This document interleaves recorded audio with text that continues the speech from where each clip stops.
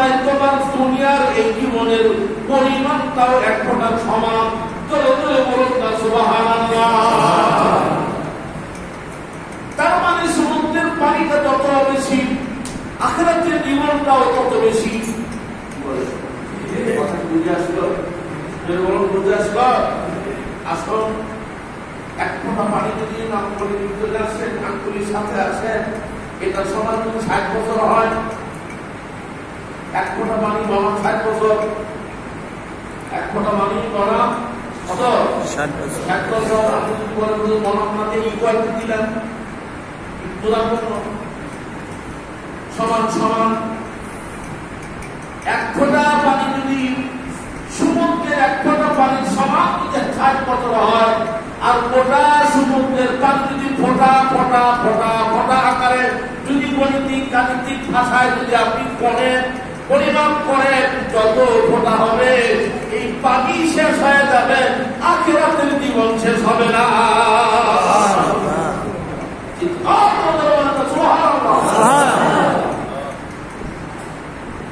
পানি শেষ হয়ে যাবে, কিন্তু পরিমাপ যদি করতে যান তাহলে আখিরাত শেষ হবে না। তার মানে আখিরাতের শুরু আছে, শেষ নাই। দুনিয়ার শুরু আছে, শেষ আছে। হায়াতের জীবনের শুরু আছে, শেষ আছে।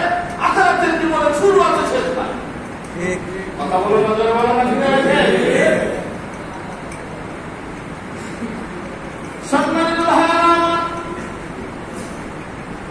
এইভাবে আল্লাহ পাক দুনিয়াতে আমাদেরকে পাঠিয়ে আমাদেরকে মিন্নি হুদান ফামান তাবিয়া হুদায়া, আল্লাহ বলেন আমার কাছ থেকে হেদায়েত পাবেন।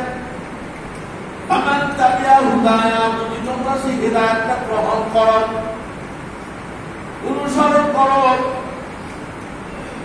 তাহলে তোমাদের ভয়ও নাই, শঙ্কাও নাই। আলা খাউফুন আলাইহিম ওয়ালা ইয়াহজানুন, তোমাদের ভয়ও থাকবে না, শঙ্কাও থাকবে না, দুশ্চিন্তাও থাকবে না। চলে চলে বলুন না সুবহানাল্লাহ। তাহলে তোমার এই জীবনটাকে কেমন করে লালন করতে হবে, পালন করতে হবে। নবীজি আরেকটা হাদিস দিয়ে আরেকটু ক্লিয়ার করতে চান। বলেন নবী সাল্লাল্লাহু আলাইহি ওয়াসাল্লাম, আদ-দুনিয়া সিজনুল মুমিন ওয়া জান্নাতুল কাফির, দুনিয়াটা হলো মুমিনদের জন্য হলো কারাগার, এসলাই কারাগার, কারাগারের মতো ঘর কারাগার। ভাই এটা কারাগার নয়, কিন্তু কারাগারের মতো। আর জান্নাতুল কাফির, কাফের যারা, তাদের জন্য জান্নাতের মতো, বেহেশতের মতো। বলবেন হুজুর বুঝলাম না, জান্নাতের বিধানটা হলো, জান্নাতের নিয়মটা হলো মানুষ যা চাইবে হাই সুনাশা তাই তারা খাইবে, পান করবে, যা খুশি তাই করবে। ওইখানে কোনো প্রকার বাধা নিষেধ নাই, বিধি নিষেধ নাই, কোনো প্রকার থেকে ধমকি দেওয়া হবে না, কোনো প্রকার থেকে বাধা দেওয়া হবে না। যেটা খাইতে চাইবে সেটাই খেতে পারবে, যেটা এরানা করবে সেটাই আল্লাহ দিয়ে দেবে।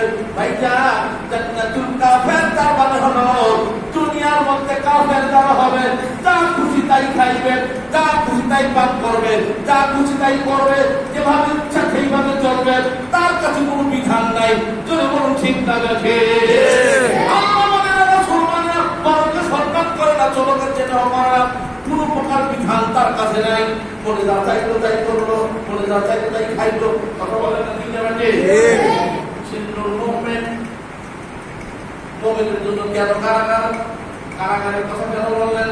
কারাগারের বিধান হলো যখন যেমন কি করে যতটুকু রাষ্ট্রের পক্ষ থেকে তাদের জন্য নিয়ম ভাইজান দেওয়া হয়েছে, ঠিক সেইভাবেই তাদেরকে ওইভাবেই সরবরাহ করা হয়। সকালে একটা রুটি আর খাইতেন, তার হাতে চুমুর, এইটা তাদের জন্য বরাদ্দ। দুপুরে এক বাটি ভাত আর সবজি, এটা তাদের জন্য বরাদ্দ। দুটো কম্বল আর খাওয়ানি, এটাই তাদের জন্য সম্বল। কথা বলে না, ঠিক আছে? রাষ্ট্রের পক্ষ থেকে ভাইজান এটাকে নির্ধারণ করা হয়েছে কারাগারবাসীর জন্য। আবার আল্লাহর পক্ষ থেকে হালাল বিধান দিয়ে পৃথিবীর বুকে আল্লাহ পাক রিজিক শান্তি দিয়েছেন, বিধি নিষেধ দিয়ে দিয়েছেন। খাবার খাবে, পেট ভরে খেও না, তুমি হালাল খাবে, তুমি খাবারটা খেতে আর একজনটা জোর করে খেও না।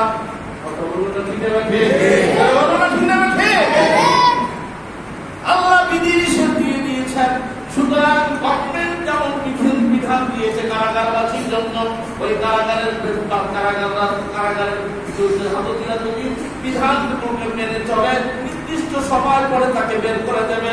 বন্ধুগণ, দুনিয়াবাসীর যদি দুনিয়ার ভিতর থেকে আল্লাহর বিধান মেনে চলে তাহলে আল্লাহ তাআলা এখান থেকে বের করে তাদের জান্নাতের মেহমান বানায় নেবে। আল্লাহ পাক সকলকে বোঝার তাওফিক দান করেন।